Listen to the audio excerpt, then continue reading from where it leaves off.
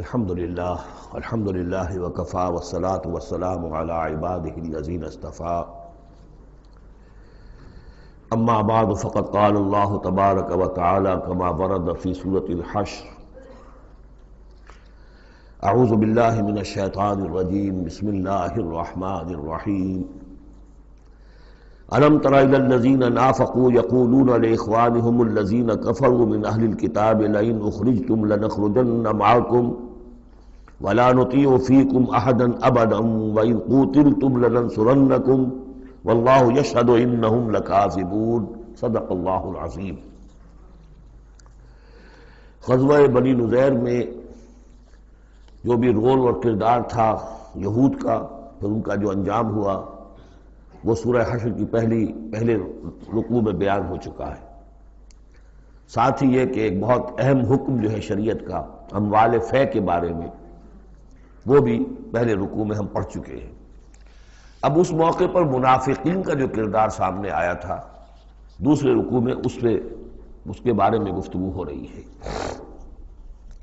الم تر الی الذین نافقوا، کیا تم نے دیکھا نہیں ان لوگوں کو کہ جو منافق ہیں، جن کے دلوں میں نفاق نے ڈیرے جما لیے ہیں۔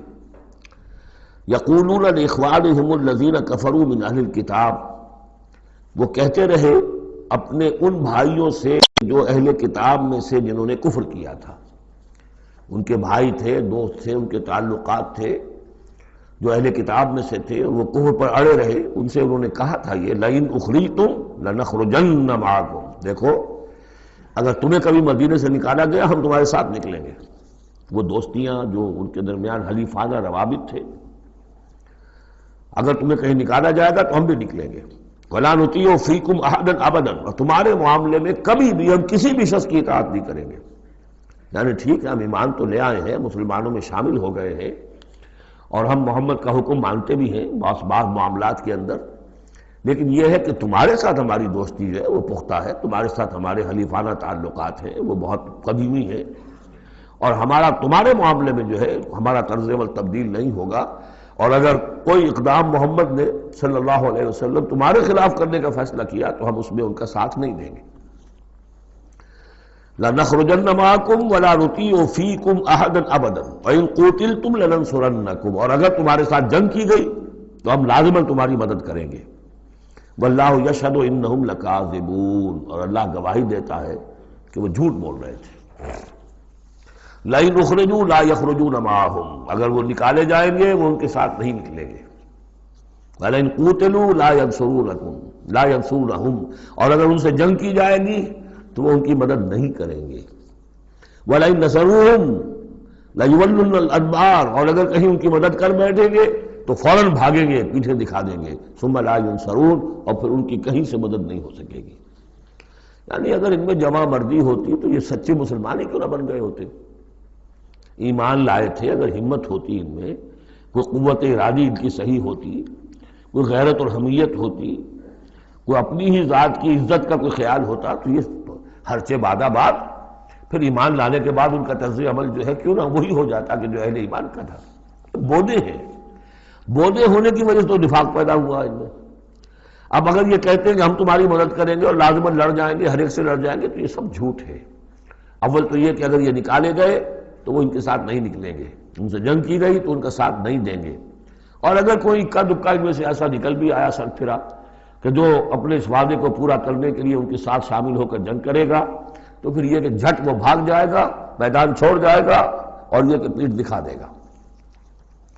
لَأَنْتُمْ أَشَدُّ رَهْبَةً فِي صُدُورِهِم مِّنَ اللَّهِ، مسلمانوں یقیناً تمہارا ڈر ان کے دلوں میں کہیں زیادہ ہے بنسبت اللہ کے ڈر کے۔ یہ اللہ سے اتنا نہیں ڈرتے جتنے کہ تم سے ڈرتے ہیں۔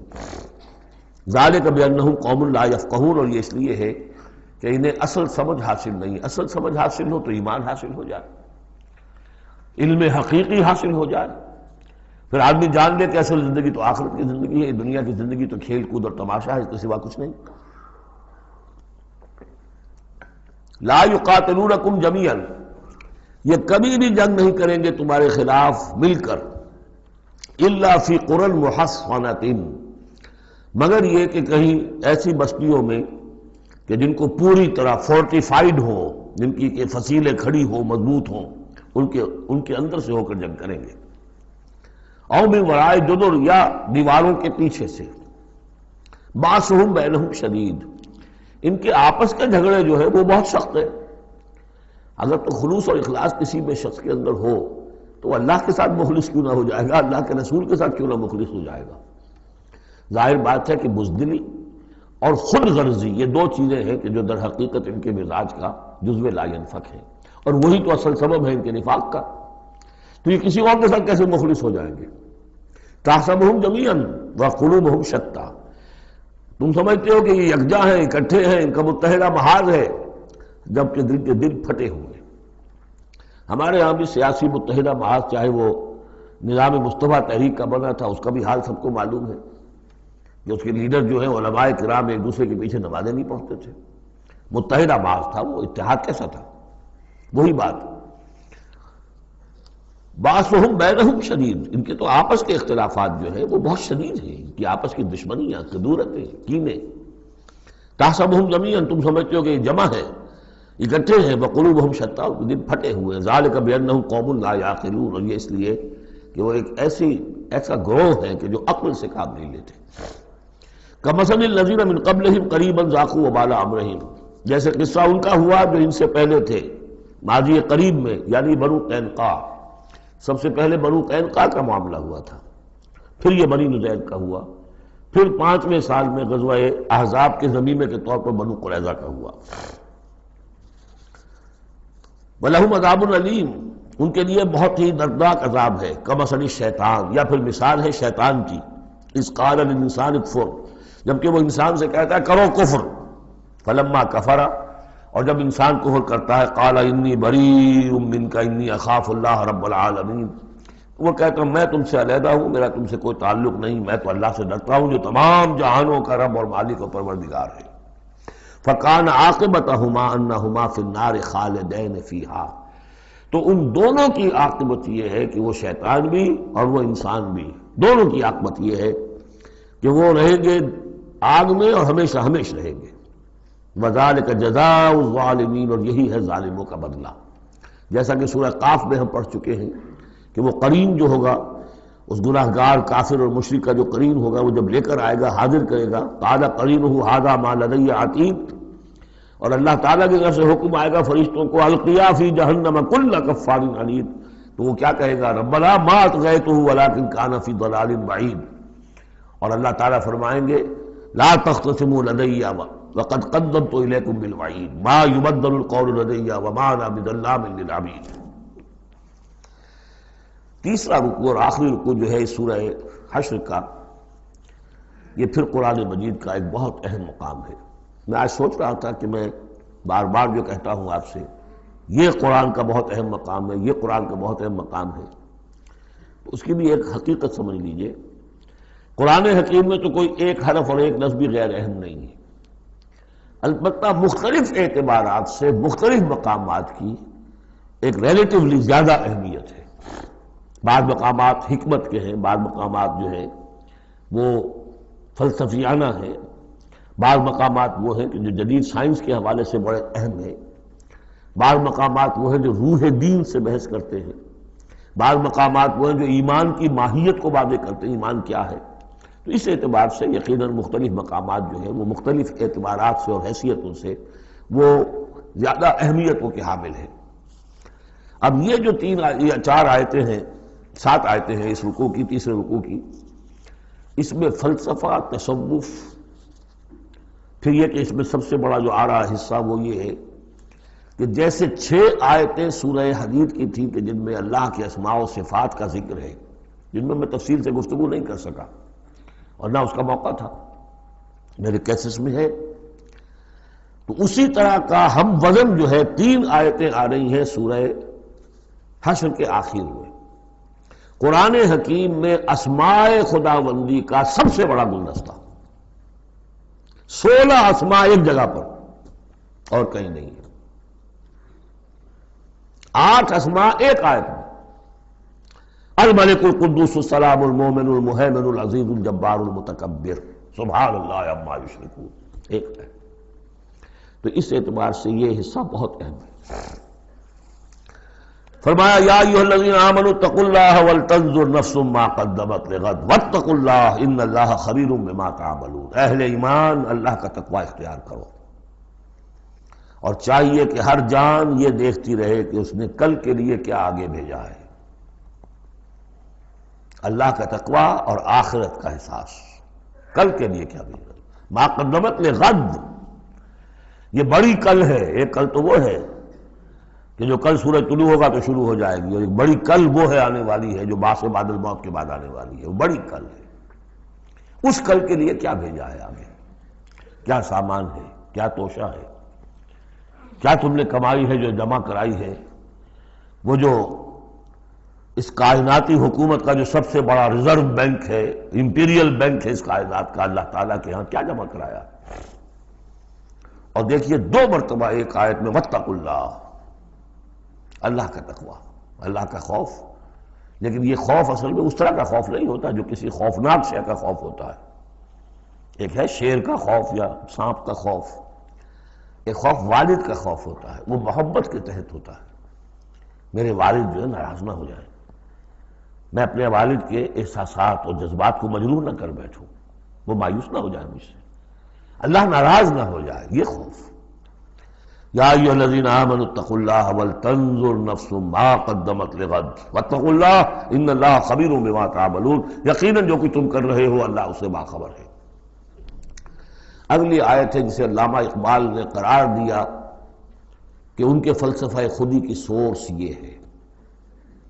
سید نذیر نیازی نے ہمارے ہاں قرآن کانفرنس میں باقاعدہ بیان کیا، ان کے مضمون میں بھی موجود ہے یہ، کہ میں نے حضرت علامہ سے یہ سوال کیا کہ آپ کے فلسفہ خودی کے بارے میں بڑی جیب گوئیاں ہوتی ہیں، کوئی کہتا ہے کہ فلاں نیٹشے سے آپ نے اخذ کر لیا ہے، فلاں سے کر لیا ہے، آپ بتائیے کہ آپ کے اس فلسفہ خودی کی سورس کیا ہے۔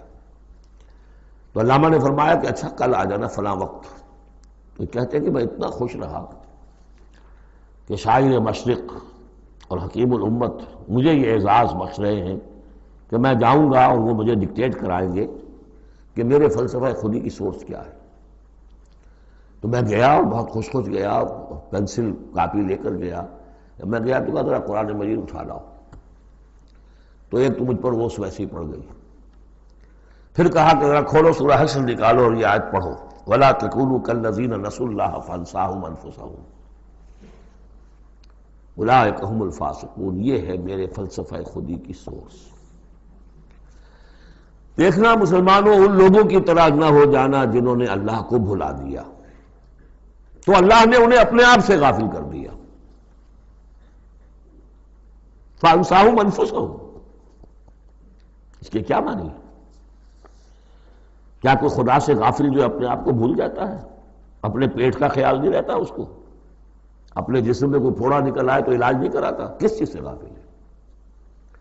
وہ اپنے جسم سے غافل نہیں، وہ اپنے حیوانی وجود سے غافل نہیں، اس کے تقاضوں سے غافل نہیں، اس کی اپ کیپ، اس کی مینٹیننس، اس کی ویئر اینڈ ٹیئر کو درست کرتے رہنا، کسی چیز سے غافل نہیں۔ معلوم ہوا کہ اس حیوانی وجود کے علاوہ کوئی حیثیت ہے انسان کی، اصل حقیقت جس کو انسان بھول جاتا۔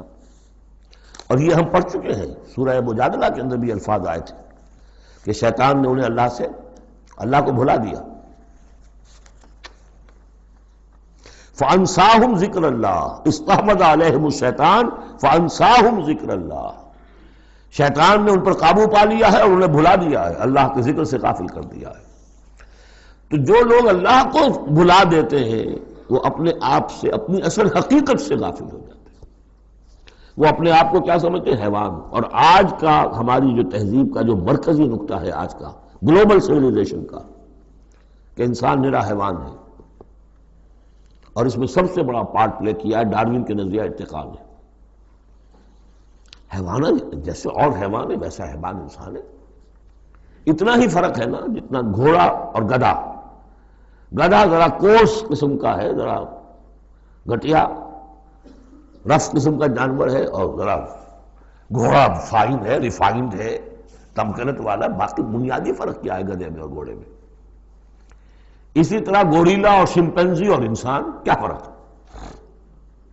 اتنا ہی فرق ہے جتنا گدھے اور گھوڑے میں ہے، اتنا ہی گوریلا اور چمپینزی اور انسان میں ہے، کوئی فرق نہیں۔ وہی موٹیوز جو ان کے ہیں وہی موٹیوز ان کے ہیں، سارے وہی موٹیوز ہیں۔ سائیکالوجی ہے تو اسی پر چل رہی ہے، جو محرکات عمل ہے انسان کے وہ وہی ہے جو حیوان کے، کوئی اور ہے نہیں۔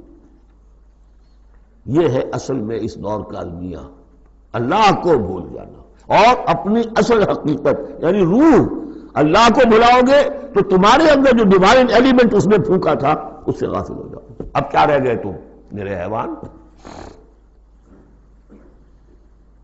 میں نے آپ کو اس سے پہلے بھی وہ اپنشد کا جملہ سنایا ہے، Man in his ignorance identifies himself with the material sheaths which encompass his real self.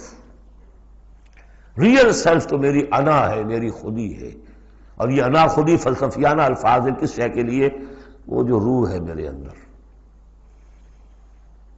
ہے، نور تجلی بھی اسی خاک میں پنہاں، غافل تو نرا صاحب ادراک نہیں ہے۔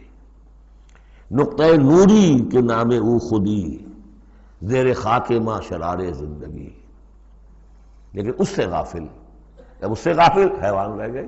جب حیوان رہ گئے اولئک ھم الفاسقون، تو حیوان کے لیے تو کوئی مورل لا ہے نہیں۔ اور ارلی فرینچ لٹریچر جو ہے پچھلی سینچری کا، وہ سارا اسی پر بیسڈ ہے۔ وہ ساری دلیل یہاں سے لاتے ہیں کہ انسانوں نے اپنے اوپر قیدیں لگانی ہیں، بیوی بیٹی ماں میں فرق کرنا، حیوانات میں کوئی فرق کرتا ہے؟ نیوڈسٹ کلب سے اگر پوچھے کہتے ہیں حیوانات میں سے کوئی لباس پہنتا ہے؟ انسان نے خواب کا تکلف ایجاد کر لیا۔ ان کے لیے سورس ہے وہی حیوانوں کی زندگی، انہیں سے سبق حاصل کرو۔ یہ ہے انسان کے اندر صرف حیوان نہیں ہے، جیسے کہ شیخ سعدی نے کہا تھا آدمی زیادہ طرفہ معجون است از فرشتہ سرشتہ وز حیوان۔ یہ جو انسان ہے آدم زاد، یہ ایک معجون مرکب ہے، اس میں فرشتہ بھی، سرشتہ کہتے ہیں گوندنے کو، آٹے کو پانی کو ملا کر گوندتے ہیں آپ، یکجان کرتے ہیں، تو از فرشتہ سرشتہ وز حیوان، اس میں ایک فرشتہ بھی ہے ایک حیوان بھی ہے، دونوں گندے ہوئے۔ فرشتہ ہے روح، عالم امر کی شے، اور وہ نور سے پیدا کیا۔ روح بھی روح عالم امر کی شے، یسألونک عن الروح قل الروح من امر ربی، یہ بھی نور سے پیدا کی گئی، نقطۂ نوری یہی ہے۔ تو وَلَا تَكُونُوا كَالَّذِينَ نَسُوا اللَّهَ فَأَنسَاهُمْ أَنفُسَهُمْ أُولَٰئِكَ هُمُ الْفَاسِقُونَ لا يستوی اصحاب النار واصحاب الجنہ، دیکھو برابر نہیں ہو سکتے آگ والے اور جنت والے، اصحاب الجنت هم الفائزون، یقیناً جنت والے ہی کامیاب ہوں گے۔ اللہم ربنا اجعلنا منہم، اللہم ادخلنا الجنت مع الابرار، اللہم اجرنا من النار، یا مجیر یا مجیر یا مجیر۔ اس کے بعد آیت آئی ہے قرآن مجید میں، عظمت قرآن کے بیان میں عظیم ترین آیت، لو انزلنا هذا القرآن على جبل لرأيته خاشعا متصدعا من خشیۃ اللہ، اگر ہم اس قرآن کو اتار دیتے کسی پہاڑ پر تو تم دیکھتے کہ وہ دب جاتا، متصدعا پھٹ جاتا، من خشیۃ اللہ، اللہ کے خوف سے۔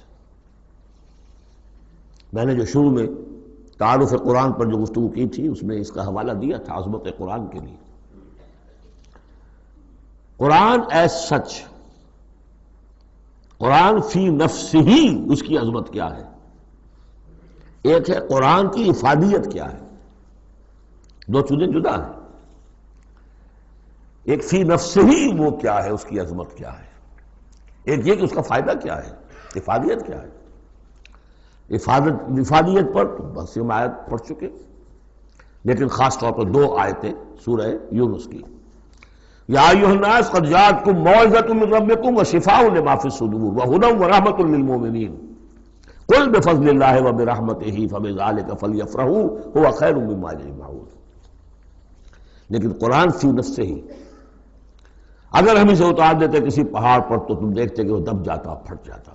اور اس کے لیے میں تشریح کر چکا ہوں، سورہ اعراف میں جو معاملہ ہوا تھا کہ حضرت موسیٰ علیہ السلام نے فرمایا، عرض کیا تھا اللہ سے رب ارنی انظر الیک، اور اللہ نے فرمایا کہ تم مجھے نہیں دیکھ سکتے، لن ترانی ولکن انظر الی الجبل فإن استقر مکانہ فسوف ترانی، ذرا اس پہاڑ کو دیکھو، ہم اپنی تجلی اس پر ڈالیں گے، اگر وہ سہار جائے، کھڑا رہ جائے اپنی جگہ پر، برداشت کر جائے، تو تم بھی سمجھنا کہ ہاں ہمیں دیکھ سکو گے۔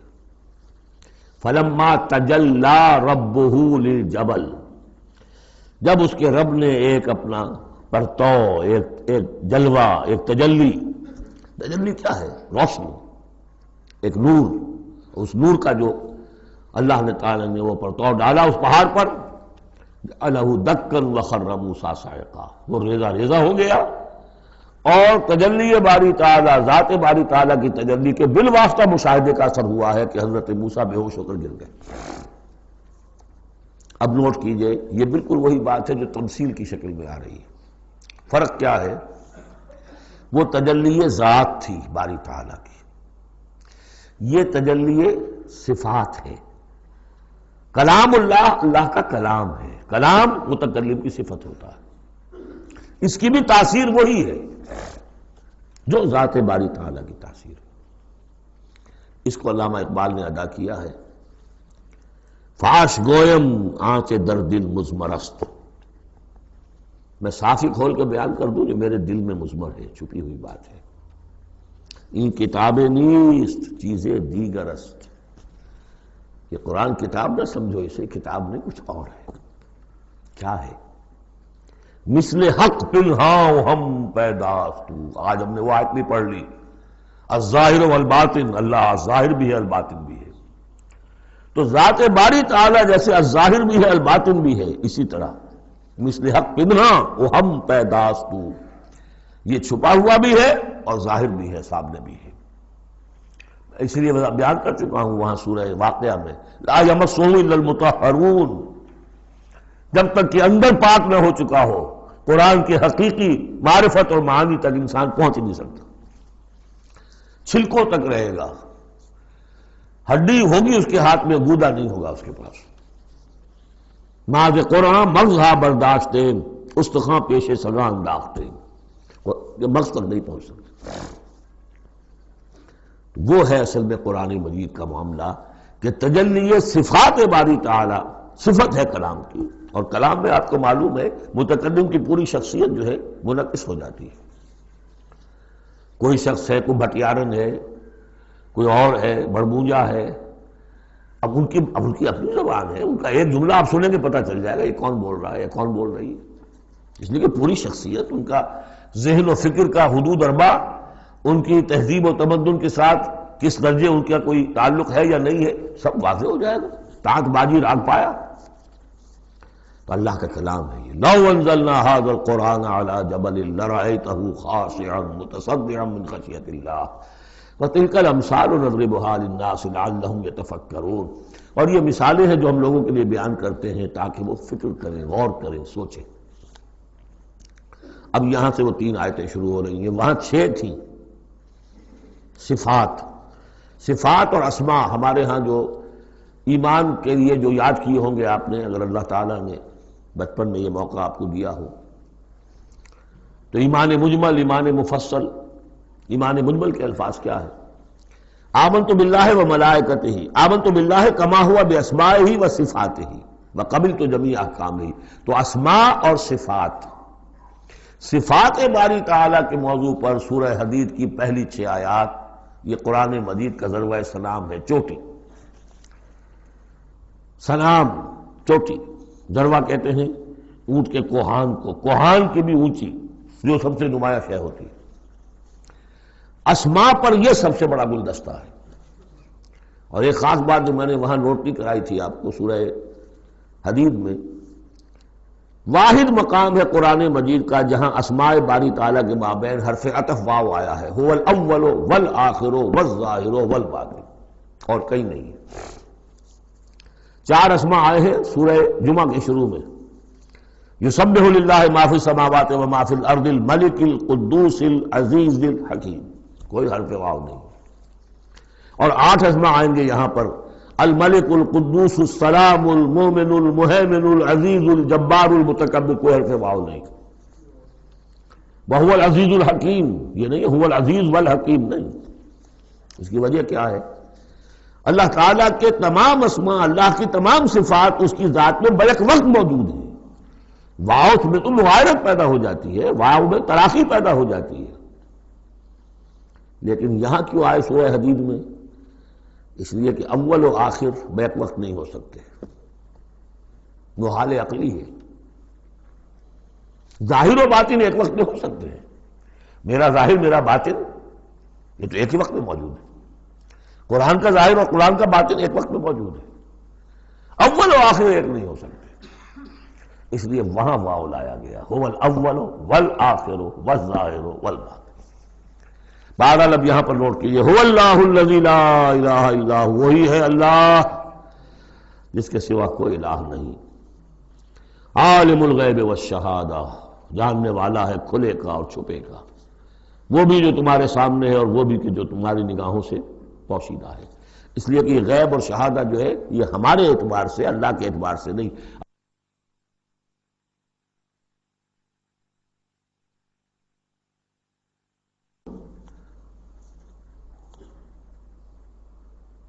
وہی ہے اللہ کے جس کے سوا کوئی الہ نہیں. هو اللہ الذی لا الہ الا هو عالم الغیب والشہادہ، یہ بھی ایک نام کی حیثیت سے شمار ہوتا ہے. جو اسماء 99 گنے جاتے ہیں، عالم الغیب والشہادہ یہ ایک نام ہے اللہ کا. اور میں عرض کر رہا تھا کہ اللہ کے لیے سب شہادہ ہی شہادہ، غیب ہے ہی نہیں. اس نقطے کو یہاں سمجھ لیجئے، اس لیے کہ یہ سورہ جن میں آئے گا پھر دوبارہ، اور بہت اہم طریقے پر آئے گا. جب قرآن میں غیب اور شہادہ کا لفظ آتا ہے وہ ہمارے اعتبار سے، کہ ہمارے لیے ایک چیز وہ ہے کہ جو ہمارے حواس خمسہ کی گرفت کے دائرے کے اندر آ جاتی ہے، چاہے وہ ٹیلیسکوپ سے آئی ہے اور چاہے وہ مائکروسکوپ سے آئی ہے، لیکن دیکھنے والی شے ہماری آنکھ ہے. غیب وہ ہے جو ہم سے چھپا لیا گیا، جنت ہے، دوزخ ہے، آخرت ہے، فرشتے ہیں، خود سب سے بڑی ذات باری تعالی ہے. لیکن اللہ ہر شے کا جاننے والا. هو الرحمن الرحیم، وہ رحمان ہے اور رحیم ہے. اس پر سورہ فاتحہ پڑھتے ہوئے میں نے وضاحت کی تھی. هو اللہ الذی لا الہ الا هو، وہی ہے اللہ جس کے سوا کوئی الہ نہیں. الملک، بادشاہ حقیقی. القدوس، پاک. السلام، سلامتی اور سالم، ہر اعتبار سے سالم، کوئی اس کو گردن پہنچانے والا نہیں ہے، ہر عیبوں سے پاک. المومن، امن دینے والا، امان دینے والا. المہیمن، پناہ میں لینے والا. العزیز، زبردست. مطلق العنان، جس کی اتھارٹی ایبسلیوٹ ہے. الجبار، دباؤ رکھنے والا. المتکبر، عظمت والا، بڑائی والا. یہ 8 نام آئے ہیں. الملک، القدوس، السلام، المومن، المہیمن، العزیز، الجبار، المتکبر. سبحان اللہ عما یشرکون، اللہ پاک ہے ان تمام چیزوں سے جو یہ شرک کرتے ہیں. هو اللہ الخالق البارئ المصور، وہی ہے اللہ. اب 3 نام اور آگے، الخالق، الباری، المصور. ان میں خاص ربط ہے. خلق، اس میں سب سے پہلے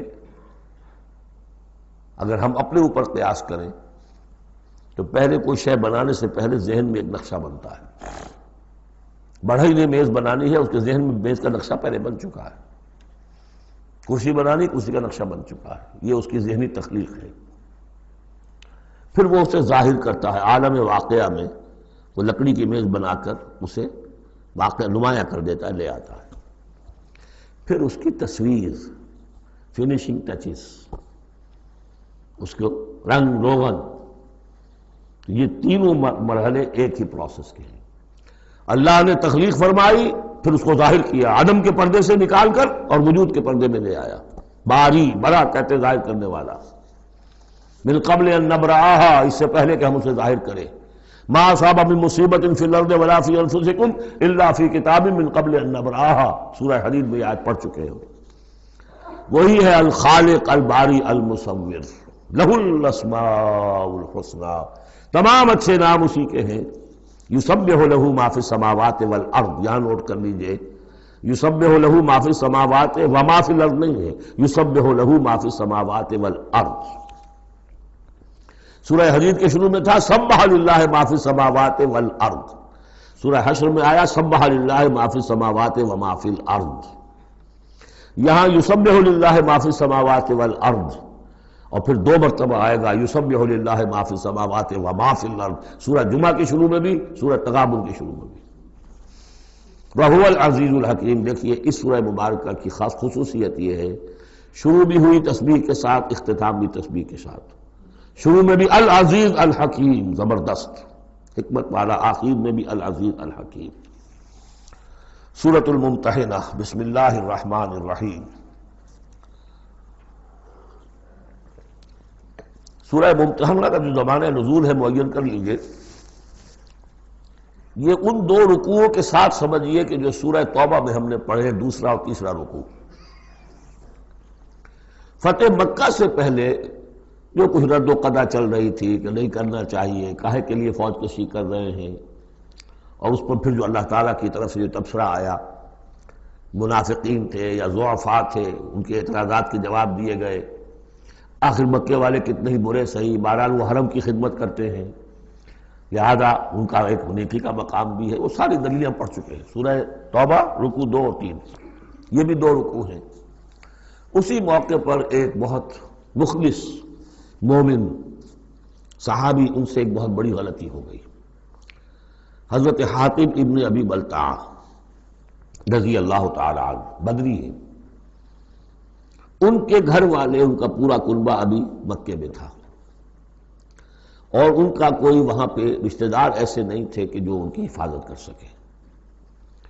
انہیں یہ اندیشہ ہوا کہ اگر واقعی اب جنگ ہو گئی اور اگر ہم جا رہے ہیں مکے پر چڑھائی کرنے کے لیے، تو پھر یہ ہے کہ مکے میں جو مشرکین ہیں، کفار ہیں، وہ میرے بچوں کو، میرے گھر والوں کو شدید نقصان پہنچا سکتے ہیں، لہٰذا میں ان کے ساتھ کوئی نیکی کروں تاکہ میرے اس احسان کو پیش نظر رکھ کر وہ میرے گھر والوں کا لحاظ کریں۔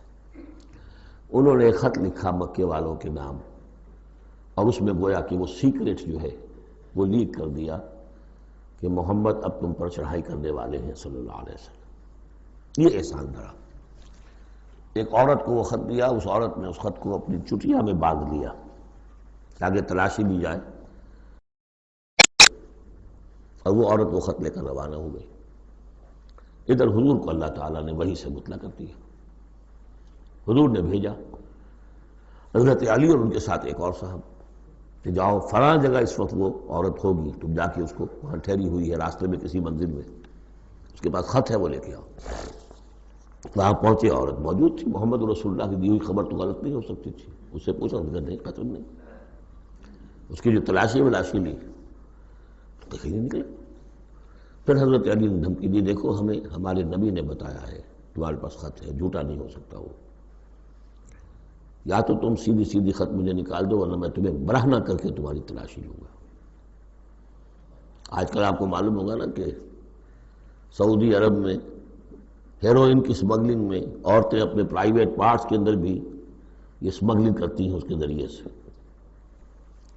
بہرحال یہ دھمکی سن کر وہ پھر اس نے کھول کے اپنی چٹیا اور نکال کے دے دی، وہ خط لے کے آ گئے۔ اب وہ راز کھل گیا، ابی بلتع کو بلایا، حاتم نے ابی بلتع کو مان لیا، جی حضور یہ میرا خط ہے۔ حضرت علی نے کہا کہ یا حضرت عمر نے کہ آپ مجھے اجازت دیں کہ میں اس کی گردن مار دوں ابھی؟ آپ نے فرمایا نہیں، حاتم بدری ہے اور بدریوں کے تمام اللہ تعالیٰ پچھلے اگلے گناہ معاف کر چکا ہے، تو اس کی وہ جو فضیلت ہے اس کی وجہ سے جو خطا ہو گئی اللہ معاف کرے گا۔ تو وہ ہے اصل میں کشاکش پس منظر میں جس میں کہ یہ صورت نازل ہو رہی ہے۔ یا ایھا الذین آمنوا لا تتخذوا عدوی وعدوکم اولیاء، اہل ایمان تم میرے اور اپنے دشمنوں کو اپنا دوست اور ولی نہ بناؤ۔ ان کی خیر خواہی، ان کی بھلائی، ان پہ احسان کرنے کی کوشش، ان کے ساتھ اپنے گڈ آفیسز بلڈ کرنے کی کوشش۔ تلقون الیہم بالمودۃ، تم ان پر ان کی طرف رجوع کرتے ہو، بھیجتے ہو پیغام دوستی کے، خلوص و اخلاص کے۔ وقد کفروا بما جاءکم من الحق، حالانکہ انہوں نے کفر کیا ہے، انکار کیا ہے اس حق کا جو تمہارے پاس آیا ہے۔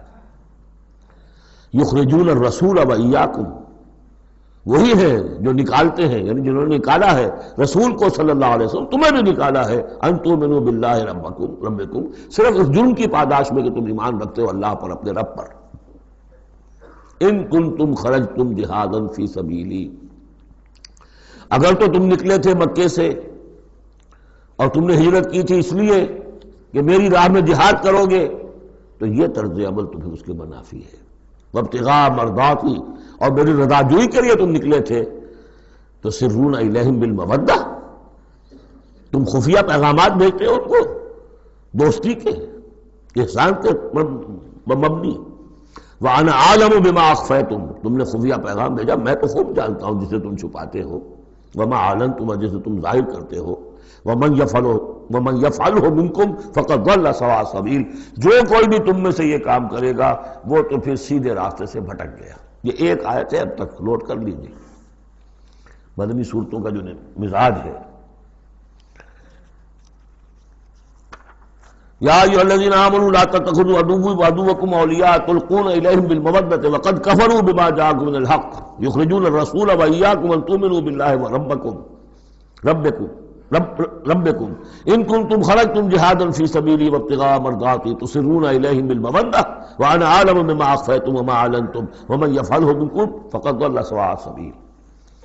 ان یثقفوکم یکونوا لکم اعداء، اگر وہ کہیں تمہیں پا لیں، یعنی تم ان کے ہاتھ لگ جاؤ، ہتھے چڑھ جاؤ، وہ تمہارے ساتھ دشمنی کریں گے۔ وَيَبْسُطُوا إِلَيْهِمْ أَيْدِيَهُمْ، اپنے ہاتھ بڑھائیں گے تمہاری طرف، وَأَلْسِنَتَهُمْ، اور اپنی زبانیں، بِالسُّوءِ، برے ارادے کے ساتھ تمہیں نقصان پہنچائیں گے، ان کی زبانیں بھی ان کے ہاتھ بھی۔ وَوَدُّوا لَوْ تَكْفُرُونَ، اور ان کی خواہش ہوگی شدید کہ کسی طرح تم بھی دوبارہ کافر ہو جاؤ۔ لَن تَنفَعَكُمْ أَرْحَامُكُمْ، تمہیں ہرگز نفع نہیں پہنچائیں گے تمہارے رحمی رشتے، ولا اولادکم، نہ تمہاری اولادیں، یوم القیامہ، قیامت کے دن، یفصل بینکم، اللہ فیصلہ کر دے گا تمہارے مابین، واللہ بما تعملون بصیر، اور جو کچھ تم کر رہے ہو اللہ اسے دیکھ رہا ہے۔ قد کانت لکم اسوۃ حسنۃ فی ابراہیم والذین معہ، تمہارے لیے ایک اچھا نمونہ ہے، بہت عمدہ ماڈل ہے، اسوہ حسنہ ہے، فی ابراہیم والذین معہ، ابراہیم اور ان کے ساتھیوں کے معاملے میں، ان کی شخصیتوں کی صورت میں۔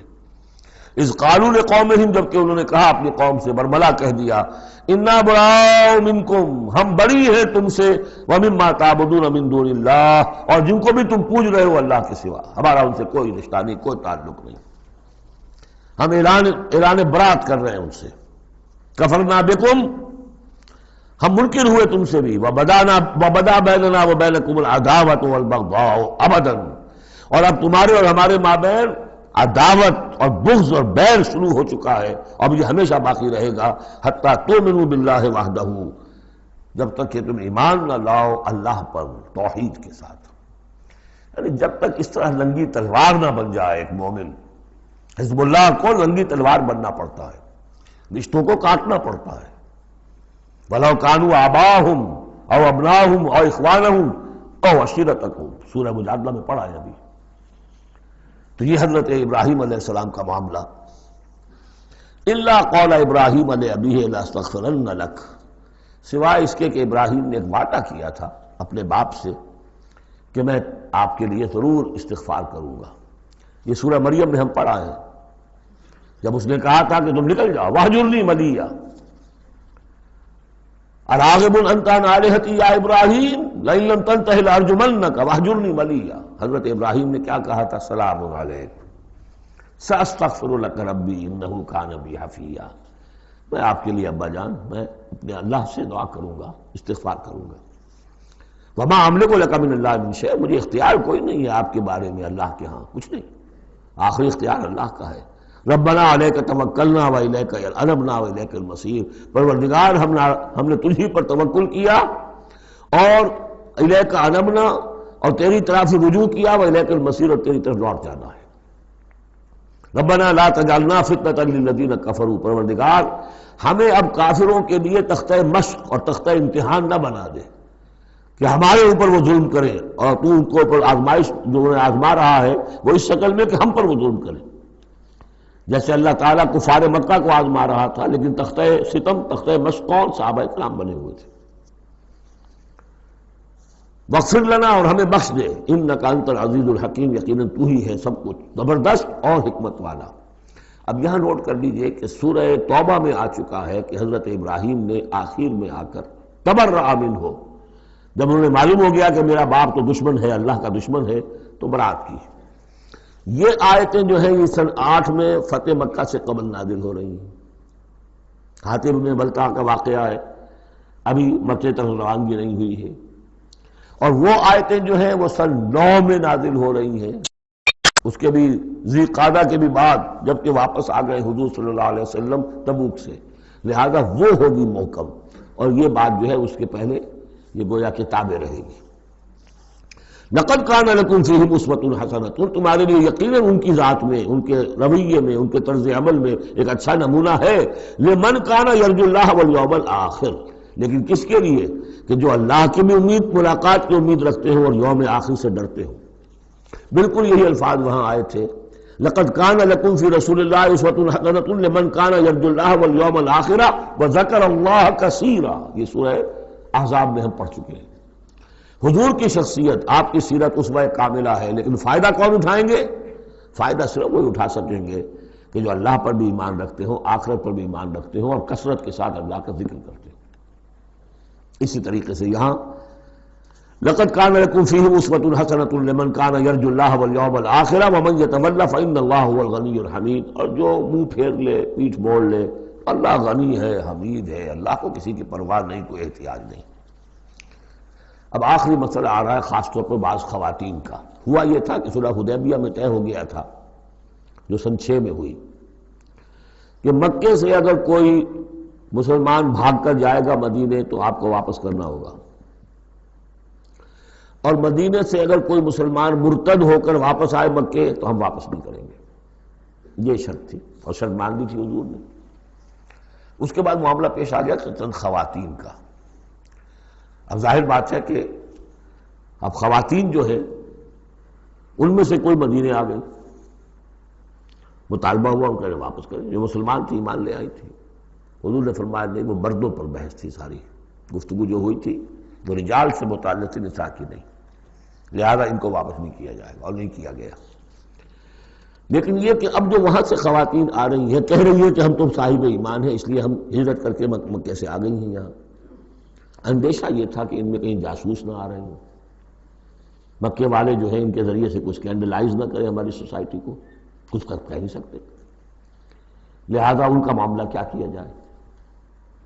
پھر یہ کہ ان کے شوہر تو وہاں ہیں، شادی تو وہاں ہوئی ہے ان کی، تو آیا یہ اب یہاں مسلمانوں کے لیے حلال ہے اس درجے میں کہ وہ ان سے نکاح کر سکیں، یا وہ رشتہ برقرار رہے گا؟ کافر جو ہے ان کی بیویاں یہ مسلمان ہو گئی، یہ آ گئی۔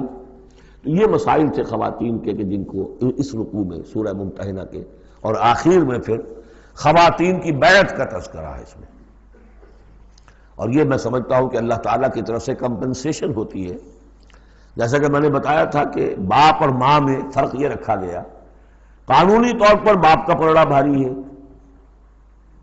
باپ طلاق دے سکتا ہے ماں کو، ماں تو خلا ہی لے سکتی ہے، طلاق دے نہیں سکتی، اور اگر طلاق ہو جائے گی تو اولاد باپ کی شمار ہوگی، ماں کی نہیں، یہ قرآن کا قانون ہے۔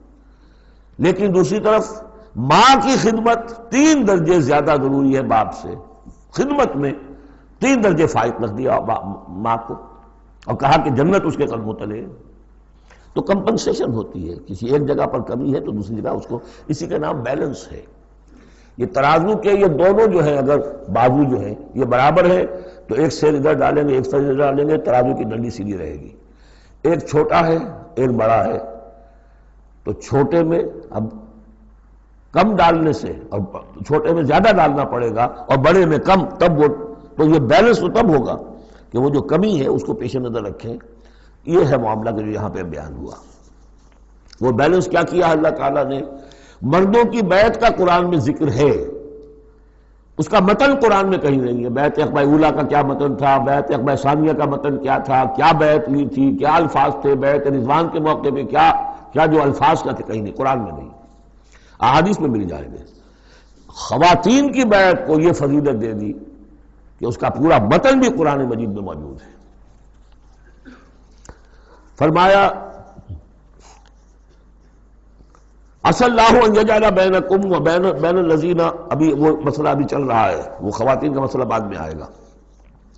عسى اللہ ان یجعل بینکم وبین الذین عادیتم منہم مودہ، ہو سکتا ہے مسلمانوں کہ جو تمہارے اور جن کے مابین دشمنی پڑ گئی ہے اللہ تعالیٰ تمہارے مابین پھر دوستی پیدا کر دے۔ کیسے پیدا کر دے؟ وہ ایمان لے آئے۔ فإخوانکم فی الدین، اور کوئی زیادہ دور تو نہیں تھا مرحلہ فتح مکہ کے بعد سن 9 میں وہ آیات آئیں کہ 4 مہینے کی مہلت ہے، اس میں ایمان نہیں لاؤ گے تو گردنیں اڑا دی جائیں گی، سب کے سب لوگ ایمان لے آئے۔ تو اب ہو گئے بھائی اخوانکم فی الدین۔ عسى اللہ ان یجعل بینکم وبین الذین عادیتم منہم مودۃ واللہ قدیر واللہ غفور رحیم، اللہ ہر شے پر قادر ہے اور غفور ہے اور رحیم ہے۔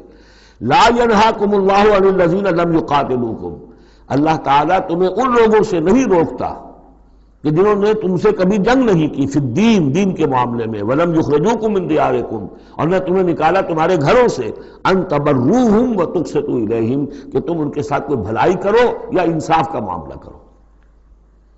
یہاں بھی ولایت کا معاملہ نہیں ہے، کافر کو ولی نہیں بنایا جا سکتا، پشت پناہ، مددگار، حمایتی، قلبی محبت نہیں ہو سکتی، لیکن کوئی نیک سلوک کرنا، کوئی بھلائی کرنا، اس میں کوئی اعتراض نہیں، کافروں کے ساتھ کرو۔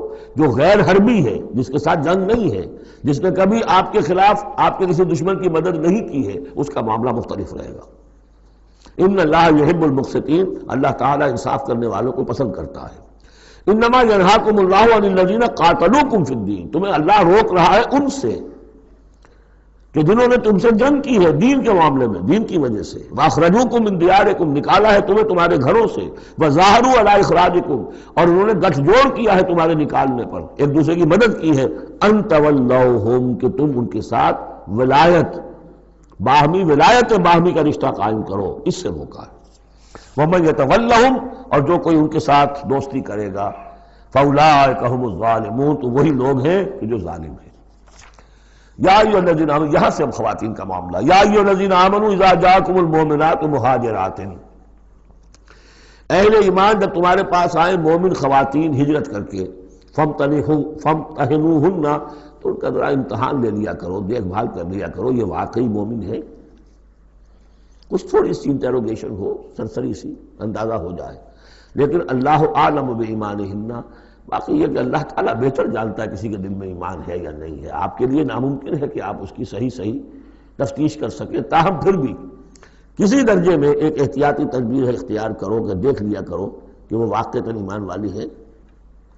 فَإِنْ عَلِمْتُمُوهُنَّ مُؤْمِنَاتٍ، پھر اگر تم دیکھو کہ وہ مومن ہے، واقعتاً مومن ہے، فَلَا تَرْجِعُوهُنَّ إِلَى الْكُفَّارِ، تو اب انہیں لوٹاؤ نہیں کفار کی طرف، لَا هُنَّ حِلٌّ لَهُمْ، نہ وہ اب ان کافروں کے لیے حلال رہی ہیں، وَلَا هُمْ يَحِلُّونَ لَهُنَّ، نہ وہ ان کے لیے حلال ہے۔ وَآتُوهُمْ مَا أَنفَقُوا، جو کچھ انہوں نے خرچ کیا تھا، مہر دیا تھا، وہ لوٹا دو، یہاں سے دے دو، بھجوا دو۔ فلاں کافر، اس کی بیوی مسلمان ہو گئی، یہاں آ گئی ہے، اب یہاں تعلق ازدواج ختم ہوا، جو مہر تم نے دیا تھا وہ واپس کر رہے ہیں۔ دیکھیے یہ ہے عدل و انصاف۔ جیسے کہ حضرت خالد بن ولید نے ایک موقع پر، جبکہ شام کے محاذ پر ذرا پیچھے ہٹنا پڑا، غالباً ابو عبیدہ کا معاملہ تھا رضی اللہ تعالی عنہما، تو ایک شہر جس سے کہ جزیہ لے لیا گیا تھا، پھر چونکہ وہاں سے پسپائی جو ہے ٹیکٹیکل موو کے طور پر وہاں سے پیچھے ہٹنا پڑا، تو وہ سارا جزیہ واپس کر دیا۔ ہم جا رہے ہیں، اب آپ لوگوں کی حفاظت کا ذمہ ہم نہیں لے سکتے، ذمہ کا مطلب ہے ہمیں آپ کی حفاظت کی ذمہ داری پوری کرنی تھی، نہیں کر سکتے، یہ رقم واپس۔ اور دھاڑے مار مار کر وہ روئے کہ یہ لوگ فرشتہ لوگ یہ جا رہے ہیں ہمیں چھوڑ کر۔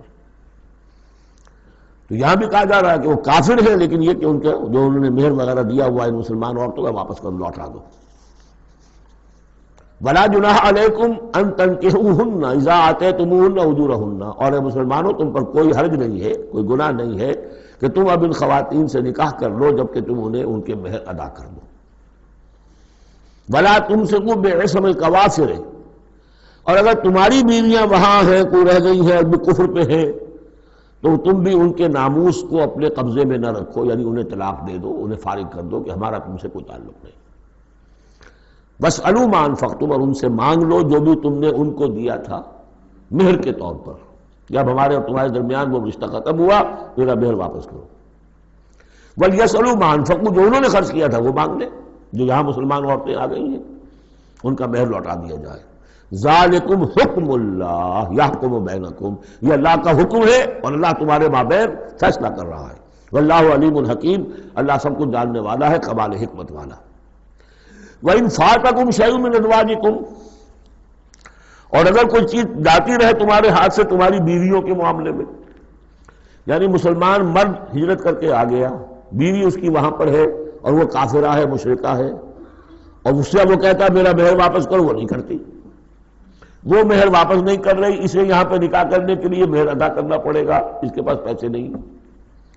اس مسئلے کا حل بتایا۔ وَإِنْ فَاتَكُمْ شَيْءٌ مِّنْ أَزْوَاجِكُمْ، تمہارے کچھ لوگوں کی طرف سے اگر انہیں یہ نقصان پہنچ جائے کہ انہیں وہ مہر واپس نہ ملے، فَعَاقَبْتُمْ إِلَى الْكُفَّارِ، یہ کفار کے ہاں رہ گیا، وہ نہیں دے رہے تم مہر، فَعَاقَبْتُمْ، پھر اگر کہیں تمہارا ہاتھ پڑ جائے، کہیں کسی جگہ تمہیں فتح مل جائے، کہیں سے تمہیں مال غنیمت یا مال فہ ہاتھ آ جائے، فَآتُوا الَّذِينَ ذَهَبَتْ أَزْوَاجُهُمْ، تو ان لوگوں کو کچھ دے دلا دو کہ جن کی بیویاں جاتی رہیں اس کفر اور اسلام کی وجہ سے، رشتہ جو کٹ گیا ہے، تاکہ اب وہ اپنی اس رقم سے جو انہیں دی جا رہی ہے وہ یہاں نکاح کر سکیں، اور جو خواتین وہاں سے آ رہی ہیں جن کا کہ حکم دے دیا گیا کہ یہاں سے ان کے مہر واپس کر دو، تو اب ان سے وہ نکاح کریں گے تو مہر دیں گے تو تب ہوگا نا۔ فَآتُوا الَّذِينَ ذَهَبَتْ أَزْوَاجُهُمْ مِثْلَ مَا أَنفَقُوا وَاتَّقُوا اللَّهَ الَّذِي أَنتُم بِهِ مؤمنون، اور اس اللہ کا تقوی اختیار کرو جس پر کہ تمہارا ایمان ہے۔ یا ایھا النبی، اے نبی صلی اللہ علیہ وسلم، اذا جاءک المؤمنات یبایعنک، جب آپ کے پاس آئیں مومن خواتین آپ سے بیعت کرتی ہوئی، الا لا یشرکن باللہ شیئا، پہلی شرط یہ ہے کہ وہ عہد کریں کہ وہ اللہ کے ساتھ کسی شے کو شریک نہیں کریں گی، ولا یسرقن، دوسری یہ کہ چوری نہیں کریں گی، ولا یزنین، کوئی بدکاری نہیں کریں گی، ولا یقتلن اولادہن، اپنی اولاد کو قتل نہیں کریں گی، ولا یاتین ببہتان یفترینہ بین ایدیہن وارجلہن، اور نہ ہی وہ کوئی ایسا طوفان باندھیں گی، کوئی بہتان لگائیں گی جو ان کے ہاتھوں اور پاؤں کے مابین سے ہو، سیکشول سکینڈلز، کوئی عورت جو تہمت لگا دے کسی کے اوپر اس نے میری آبرو ریزی کی ہے یا اس نے کسی اور اعتبار سے، تو یہ چیزیں بھی نہیں، اور یہ ہوتا رہا ہے، انبیاء تک کے ساتھ ہوا ہے۔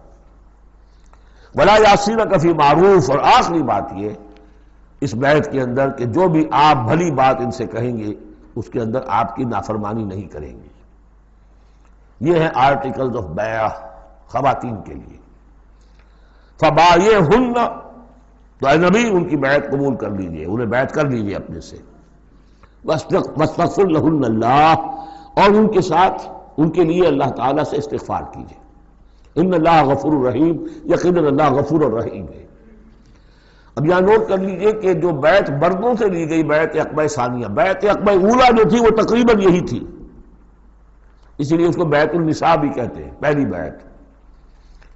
ابھی جو ہے وہ کوئی ایسی شکل سامنے نہیں تھی کہ کوئی جماعتی تشکیل ہو رہی ہو، جماعت بنانی ہو، اور ہمارے ہاں جو بھی صوفیاء ہیں جو بیعت لیتے ہیں وہ بھی تقریباً اسی کو دلیل بناتے ہیں، بیعت عقبہ اولیٰ اور بیعت النساء، وہ اسی بات کا عہد لیتے ہیں، شرک نہیں کروں گا، یہ نہیں کروں گا، چوری نہیں کروں گا، نیکی کے کام کروں گا، وغیرہ وغیرہ۔ تو صوفیاء کی بیعت، خواتین کی بیعت اور بیعت عقبہ اولیٰ تقریباً یہ ہے۔ لیکن وہ بیعت جس سے کہ جماعتی زندگی وجود میں آئی وہ بیعت عقبہ ثانیہ ہے۔ حضرت عبادہ بن صامت رضی اللہ تعالیٰ عنہ سے اس کی پورا اس کا ٹیکسٹ جو ہے وہ موجود ہے، متفق علیہ حدیث ہے، جس کو بخاری میں بھی ہے، مسلم میں بھی ہے۔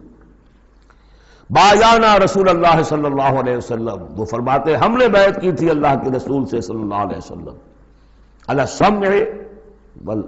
السمع والطاعت، آپ کا ہر حکم سنیں گے، اطاعت کریں گے، فی العسر، تنگی اور مشکل میں بھی، والیسر، اور آسانی میں بھی، والمنشط، اس حالت میں بھی کہ ہماری طبیعتوں میں انشراح ہو کہ ہاں یہ کام واقعتاً بہت مفید ہے، صحیح ہے، والمکرہ، اور اس حالت میں بھی کہ ہمیں اپنی طبیعتوں پر جبر کرنا پڑے، ہمیں اس فیصلے کے ساتھ اتفاق نہ ہو، وعلی اثرۃ علینا، اور اس کے باوجود کہ دوسروں کو ہم پر ترجیح دے دی جائے۔ ترجیح دے دی جائے کس بات میں؟ آپ امیر بنا رہے ہیں فلاں شخص کو، یہ تو ابھی نووارد ہے، ابھی آیا ہے، ابھی شامل ہوا ہم میں، اور ہم پرانے آپ کے ساتھی ہیں؟ نہیں، پریروگیٹو ہے یہ آپ کا، جس کو چاہیں امیر بنائیں۔ وَعَلَىٰ اللَّهِ نُنَازِلُ الْأَمْرَ أَهْلَهُ، جنہیں آپ ذمہ دار بنائیں گے ان سے ہم جھگڑیں گے نہیں، ان سے لڑیں گے نہیں، ان کی اطاعت کریں گے۔ من اطاعنی فقد اطاع اللہ ومن عصانی فقد عصى اللہ ومن اطاع امیری فقد اطاعنی ومن عصى امیری فقد عصانی۔ وعلیٰ نقول بالحق اینما کنا، آخری شق یہ کہ ہم حق بات ضرور کہیں گے جہاں کہیں بھی ہوں گے۔ لا نخاف فی اللہ لومۃ لائم، ہم کسی ملامت کرنے والے کی ملامت کے خوف سے اپنی زبان بند نہیں کریں گے۔ یہ بیعت عقبہ ثانیہ جو ہے، اس کو ہم نے تنظیم اسلامی میں اختیار کیا، ایک لفظ کا اضافہ کیا، ابایعک علی السمع والطاعۃ فی المعروف، حضور کی اطاعت مطلق تھی، جو حکم دیں گے، غلط دے ہی نہیں سکتے، معصوم ہے۔ حضور کے بعد ابو بکر کی بیعت بھی مطلق نہیں تھی، مقید ہے، مشروط ہے، کتاب و سنت کے دائرے کے اندر یہ بیعت ہے، کیونکہ اس کے بعد حضور نے پہلی مرتبہ ایک تنظیمی ڈھانچہ قائم کیا کہ مدینے میں آپ نے 12 نقیب مقرر کر دیے۔ یہ تنظیمی شکل پہلی مرتبہ ہو رہی ہے آپ کی سیرت کے اندر۔ مکے میں تو چونکہ آپ خود موجود ہیں اور سب صحابہ وہیں ہیں، چھوٹا سا شہر ہے، تو کسی تنظیمی سانچے کی اور ڈھانچے کی اور لمبی چوڑی چین جو ہے بنانے کی ضرورت ہی نہیں۔ اب مدینہ دور ہے، وہاں کے کچھ لوگ 9 خزرج میں سے اور 3 اوس میں سے آپ نے نقیب بنائے، اب ان کی ذمہ داری بنی۔ اس طرح جماعتی تنظیم جو بنی ہے وہ اس بیعت پر بنی ہے۔ البتہ چونکہ خواتین کا معاملہ یہ ہے کہ جماعتی جدوجہد جو آگے چلنی ہے، اس میں جہاد اور قتال کے جو مراحل آنے ہیں، اس میں خواتین کا حصہ بالواسطہ ہے، بلا واسطہ نہیں ہے، ڈائریکٹ نہیں ہے۔ وہ بیعت ان سے نہیں دی گئی، بلکہ یہی بیعت لی گئی ہے کہ اس کے اندر یہ افعال ہیں، یہ نہیں کریں گے، اور یہ کہ ہاں جو امیر ہیں حضور صلی اللہ علیہ وسلم جو بھی حکم دیں گے، جو بھلائی کا حکم ہوگا اس میں ان کی نافرمانی نہیں کریں گے۔ اس کو ہم نے تنظیم میں خواتین کی بیعت کے لیے بعین ہی یہی الفاظ اختیار کیے، اور واقعہ یہ کہ اس کا بہت ایک اہم پہلو یہ ہے کہ چاہے خواتین کو وہ دوسرے کام نہیں کرنے جو مردوں والے ہیں، جنگ میں جانا ہے یا کوئی اور مسئلہ ہے، لیکن ایک سینس آف بلانگنگ ہو جاتی ہے کہ ایک گروہ کے ساتھ ہونا، کونوا مع الصادقین، کوئی ہے جس کے ساتھ آپ نے اپنے آپ کو آئیڈینٹیفائی کیا، جماعتی زندگی ہے اور اس کے تحت ایک کام ہو رہا ہے، اس کی برکتیں جو ہیں، جو آپ نے فرمایا گیا، جو حضور نے فرمایا، یہ حضرت عمر کا قول ہے، اثر ہے، لا اسلام الا بالجماعہ ولا جماعہ الا بالامارہ ولا امارہ الا بالسماع ولا سماع الا بالطاعہ۔ کوئی اسلام نہیں ہے بغیر جماعت کے، کوئی جماعت نہیں بغیر عمارت کے، کوئی عمارت نہیں بغیر حکم سننے کے، اور سننے کا کوئی فائدہ نہیں ہے تک مانا نہ جائے۔ حضور نے فرمایا علیکم بالجماعہ ید اللہ علی الجماعہ، تم پر لازم ہے کہ جماعت کی شکل میں رہو، اور اللہ کی مدد اور تائید جماعت کے ساتھ ہوتی ہے۔ اور اس جماعت سازی کے لیے جو مسنون اور منسوس اور معصور بنیاد ہے وہ ہے بیعت، جس کو ہم نے چھوڑ دیا۔ دوسرے طریقے جو ہے جماعت سازی کے، دستور ہو، دستور کے مطابق پھر قوانین ہو، بائی لاز ہو، یہ بھی حرام نہیں ہے، یہ بھی مباح ہے، لیکن مباح ہونا اور بات ہے، اور منسوس ہونا، مسنون ہونا، معصور ہونا یہ بالکل اور بات ہے، زمین و آسمان کا فرق ہے۔ بہرحال ہم نے تنظیم اسلامی میں اس بیعت ہی کے نظام کو اختیار کیا۔ اللہ کا شکر ہے کہ جو ایک انسٹیٹیوشن اسلام کا بالکل ختم ہو گیا تھا، ڈیڈ، متروک، ہم نے اسے زندہ کیا ہے۔ آخری آیت ہے، یا ایھا الذین آمنوا لا تتولوا قوما غضب اللہ علیہم، اہل ایمان ان کو لوگوں کے ساتھ دوستی نہ کرو جن پر اللہ کا غضب ہے۔ جہاں سے یہ صورت شروع ہوئی تھی، اختتام پر پھر وہی بات آ گئی۔ قد یئسوا من الآخرہ، یہ آخرت سے مایوس ہو چکے ہیں، کما یئس الکفار من اصحاب القبور، جیسے کہ کفار مایوس ہو چکے ہیں اصحاب قبور میں سے۔ اس کے 2 معنی دیے گئے ہیں، جیسے کفار جو قبر میں ہیں ان پر تو حقیقت واضح ہو چکی ہے نا، عالم برزخ میں جب پہنچ گئے تو انہیں معلوم ہے، اب حقائق منکشف ہو گئے، جیسے وہ مایوس ہو گئے ہیں کہ ان کے لیے اب کوئی راستہ نہیں، اللہ کے عذاب سے بچنے کی کوئی شکل نہیں۔ یا یہ کہ جیسے یہ کفار مایوس ہو گئے ہیں کہ جو قبر میں چلا گیا اس کا کوئی بعد سے بعد الموت نہیں ہے، اس کو دوبارہ اٹھا جانا نہیں ہے۔ دونوں امکانات، دونوں ترجمے کیے گئے ہیں، تو تم ان لوگوں کی طرح نہ ہو جاؤ جو مایوس ہو چکے ہیں یہ لوگ اللہ کی رحمت سے۔ یہ لوگ جو ہیں، یہ جو یہودی ہیں، اور ان کے ساتھ تمہاری دوستی دوست نہیں ہے۔ بارک اللہ لی ولکم فی القرآن العظیم ونفعنی وإیاکم بالآیات وذکر الحکیم۔